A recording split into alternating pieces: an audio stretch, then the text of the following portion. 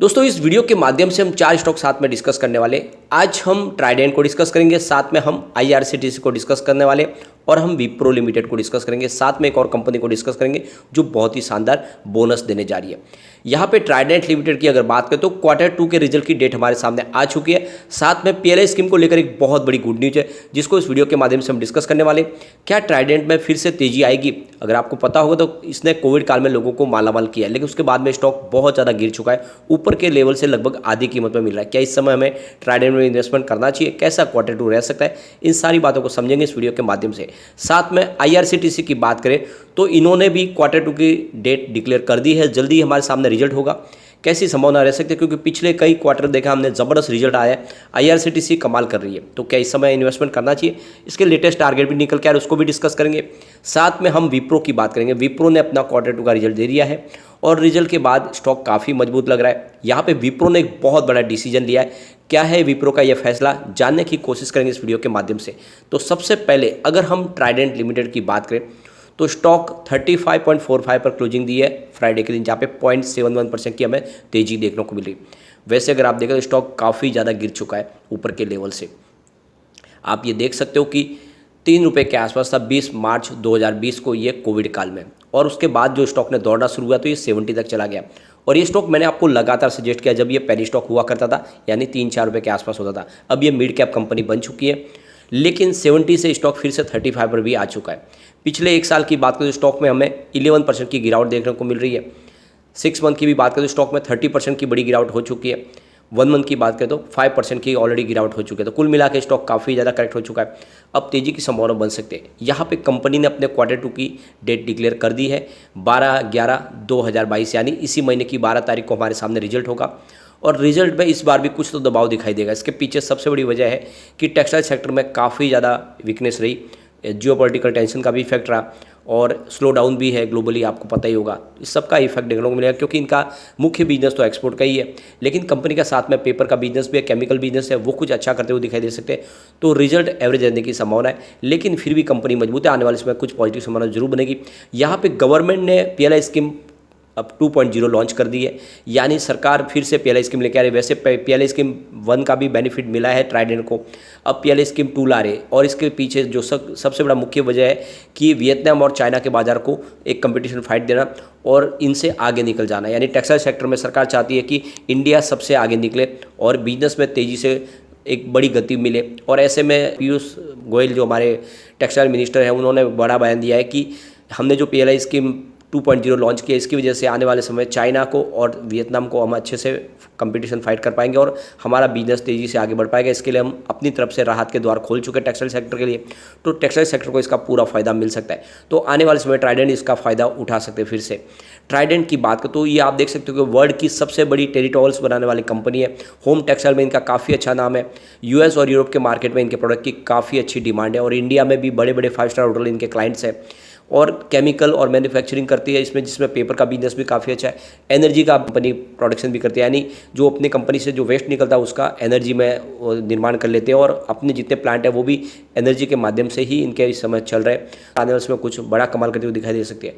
यहाँ पे आप देख सकते हो कुछ बड़े म्यूचुअल फंड भी यहाँ पे इन्वेस्टमेंट किया हुआ है।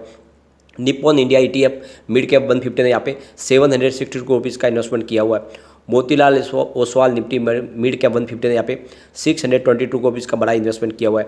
Nippon India Nifty mid cap 150 index ने यहाँ पे करीब 466 करोड़ रुपीज़ का इन्वेस्टमेंट किया है। मोतीलाल ओसवाल निफ्टी 500 फंड ने यहाँ पे 345 करोड़ रुपीज़ का इन्वेस्टमेंट किया है। Motilal Oswal Nifty mid cap 100 ETF ने 202 करोड़ रुपीज़ का बड़ा इन्वेस्टमेंट किया। तो आप देख सकते हो मोतीलाल ओसवाल ने ज़बरदस्त खरीदारी की हुई है और इस हिसाब से देखें तो कंपनी का प्रदर्शन काफ़ी अच्छा है। कंपनी के रेवेन्यू की अगर बात करें तो जून 2021 में 1482 करोड़ रुपीज़ का जो रेवेन्यू था वो जून 2022 में बढ़ के 1680 करोड़ रुपये तक पहुंचा। तो रेवेन्यू बढ़ा है, लेकिन बीच में काफ़ी ज़्यादा बढ़ा था, थोड़ी सी गिरावट भी हुई, लेकिन पिछले जून से कंपेयर करें तो अभी भी आपको रेवेन्यू बढ़ता हुआ दिखाई देगा। लेकिन प्रॉफिट में कमी आई है।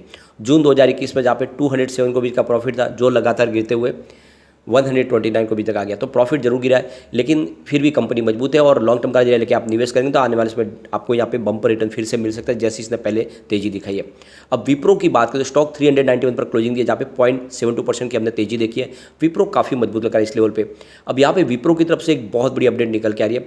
विप्रो अपने 85% एम्प्लॉयज़ को 100% वेरिएबल पे अमाउंट देने जा रहा है, यानी जो एक्स्ट्रा जो बेनिफिट है वो मिलेगा, ये रोक दिया गया था। पिछले क्वार्टर 1 में हमने देखा था कि कंपनी ने काफ़ी दबाव में था और उस समय ये निर्णय लिया गया था कि जो उनके एम्प्लॉयज़ है उनको जो एक्स्ट्रा बेनिफिट है वो नहीं दिया जाएगा, यानी सैलरी के अलावा उनको कोई भी एक्स्ट्रा किसी भी प्रकार की कोई भी उनको वेरिएबल पे अमाउंट नहीं दी जाएगी। लेकिन इस बार क्वार्टर 2 में कंपनी ने कहा है कि जितने भी उनके एम्प्लॉयज़ है 85% एम्प्लॉयज़ यानी लगभग सभी एम्प्लॉयज़ को 100% वेरिएबल पे अमाउंट दी जाएगी, यानी उनका जो भी एक्स्ट्रा बेनिफिट है उनको मिलेगा, जैसे उनकी परफॉर्मेंस है उसके हिसाब से उनको एक्स्ट्रा पैसे दिए जाएंगे कंपनी की तरफ से। तो एक बहुत बड़ी गुड न्यूज़ है।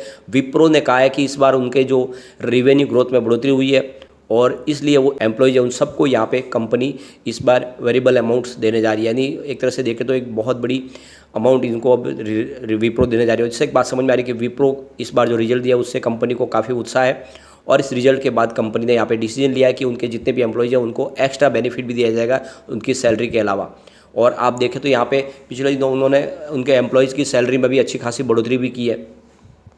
तो ये जो एक्स्ट्रा जो वेरिएबल पे अमाउंट है ये इनको नवंबर के इनके सैलरी के साथ में जोड़ के दिया जाएगा।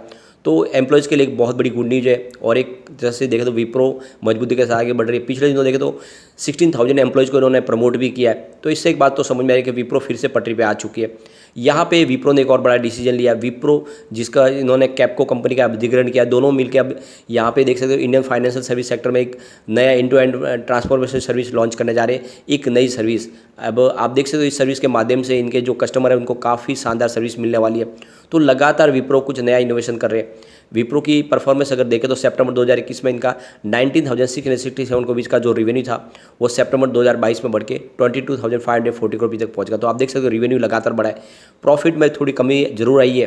सितंबर 2021 में इनका 2,931 के बीच का जो प्रॉफिट था वो सितंबर 2022 में घट के 2,659 के बीच तक पहुंचा। लेकिन अगर आप इसको क्वार्टर 2 से कंपेयर करें तो आपको बढ़ता हुआ दिखाई देगा, क्योंकि क्वार्टर 2 में इनका टोटल प्रॉफिट 2,564 के बीच का था। तो क्वार्टर बेसिस पे तो बढ़ा है, ईयर ऑन बेसिस पे जरूर कम हुआ है। कुल मिलाकर रिजल्ट इस बार अच्छा है और विप्रो आने वाले समय डेफिनेटली आपको मालामाल कर सकता है। लॉन्ग टर्म का नजरिया लेकर आपको विप्रो में निवेश जरूर करना चाहिए। चलते हैं IRCTC की तरफ। स्टॉक की प्राइस फिलहाल 757 के आसपास, जहाँ पे 0.87% की हमें तेजी देखने को मिली है। कंपनी अपना क्वार्टर 2 का रिजल्ट डिक्लेयर करने जा रही है। कंपनी ने यहाँ पे डेट दे दी है 14 नवंबर, यानी इसी महीने के 14 तारीख को हमारे सामने रिजल्ट होगा और रिजल्ट इस बार बेहतर रहने की पूरी संभावना है, क्योंकि लगातार अच्छे रिजल्ट हमने देखे हैं। IRCTC से शानदार रिजल्ट हमेशा देती है। कामकाज इनका तेजी से बढ़ रहा है। कोविड काल के बाद से ही आप देख सकते हो इनका बिजनेस बहुत तेजी से बढ़ रहा है।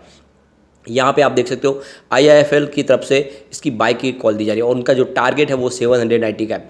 उनका कहना है कि बिल्कुल मजबूती के साथ कंपनी आगे बढ़ रही है और ये टारगेट जल्दी ही अचीव हो सकता है। सबसे बड़ी बात है कि रेलवे जो है ऑनलाइन टिकट बुकिंग का कामकाज बहुत तेज़ी से बढ़ा है कोविड काल के बाद में, क्योंकि लोग अब यहाँ पे टिकट खिड़की पे खड़ा रह टिकट लेना बिल्कुल पसंद नहीं करते। ऐसे में इनका कामकाज बढ़ रहा है। इसके अलावा कंपनी आप देख सकते हो एयरवेज़ के टिकट बुक भी करती है, होटल बुकिंग भी करती है और बहुत सारे अलग अलग फेस्टिवल सीजन्स और हॉलीडे टूर पैकेज भी कंपनी ऑर्गेनाइज करती है। होटल की बुकिंग इनका कामकाज मुख्य है और रेलवे नीर का बिजनेस है, पैकिंग ड्रिंकिंग वाटर का। इसके अलावा कंपनी कैटरिंग का बिजनेस कर रही है और कोविड काल खत्म होने के बाद ये सारे बिजनेस तेज़ी से ग्रो करे।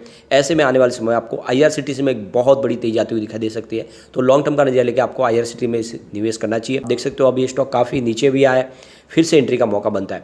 यहाँ पे कुछ बड़े म्यूचुअल फंड ने दाव लगाया, जिसमें आप देख सकते हो HDFC large cap and mid cap fund ने यहाँ पे 7,071 करोड़ का बड़ा इन्वेस्टमेंट किया हुआ है। एडलवाइज आर्बिट्रेज फंड ने यहाँ पे 5,586 करोड़ का इन्वेस्टमेंट किया हुआ है। Nippon India ETF Nifty next 50 ने यहाँ पे 2,924 करोड़ का इन्वेस्टमेंट किया है। ICICI prudential Nifty next 50 index ने 2,416 करोड़ का इन्वेस्टमेंट किया है। UTI निफ्टी नेक्स्ट 50 इंडेक्स ने यहाँ पे 1,975 करोड़ का इन्वेस्टमेंट किया। तो आप देख सकते हो बड़े बड़े म्यूचुअल फंड दाव लगा रहे हैं, आप भी इसमें निवेश कर सकते हैं। आप ये देख सकते हो ग्राफ, इनका रेवेन्यू लगातार बढ़ा है। जून 2021 में जहाँ पे 243 करोड़ का जो रेवेन्यू था वो जून 2022 में बढ़ के 853 करोड़ तक पहुँच गया और किसी भी क्वार्टर में आपको ग्राफ गिरता हुआ दिखाई नहीं देगा, लगातार बढ़ रहा है। ये बहुत ही शानदार ग्राफ है। इसके अलावा प्रॉफिट की भी बात करें तो लगातार आपको बढ़ता हुआ दिखाई देगा।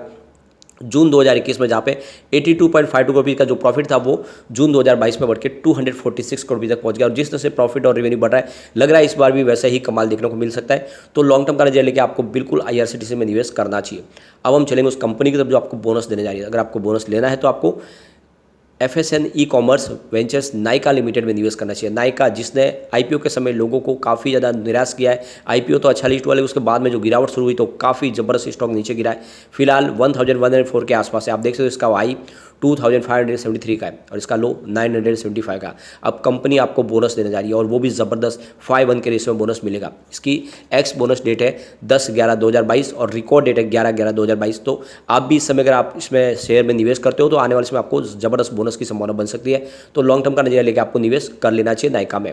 वैसे कंपनी के रेवेन्यू में अच्छी खासी बढ़ोतरी हुई है। सितंबर 2021 में जहाँ पे 885 करोड़ का रेवेन्यू था वो सितंबर 2022 में बढ़ के 1231 करोड़ तक पहुँच गया है। और प्रॉफिट जरूर कंपनी का गिरा है। सितंबर 2021 में जहाँ पे 1.17 करोड़ का प्रॉफिट था वो दिसंबर बढ़ के 27.93 करोड़ तक पहुँच गया, लेकिन उसके बाद में जो गिरावट शुरू हुई तो सितंबर में घट के 4.11 थाउजेंड करोड़ तक आ गया। तो यहाँ पे आप देख सकते हो कि जो प्रॉफिट है वो क्वार्टर ऑन क्वार्टर बेसिस पे तो आपको गिरता हुआ दिखाई देगा, लेकिन ईयर ऑन द बेसिस पे देखें तो अभी भी बढ़ता हुआ दिखाई देगा। पिछले सितंबर से प्रॉफिट बढ़ा है। कुल मिला के निवेश आपको करना चाहिए, लेकिन फ्रेंड कोई भी इन्वेस्टमेंट करने से पहले अपने फाइनेंशियल एडवाइजर से बढ़े ले या अपना खुद का रिसर्च करें, क्योंकि मैंने वीडियो आपके एजुकेशनल पर्पज़ के लिए ही बनाया। वीडियो पसंद आए तो लाइक शेयर जरूर कीजिए और चैनल को सब्सक्राइब कर दीजिए। Thank you friend.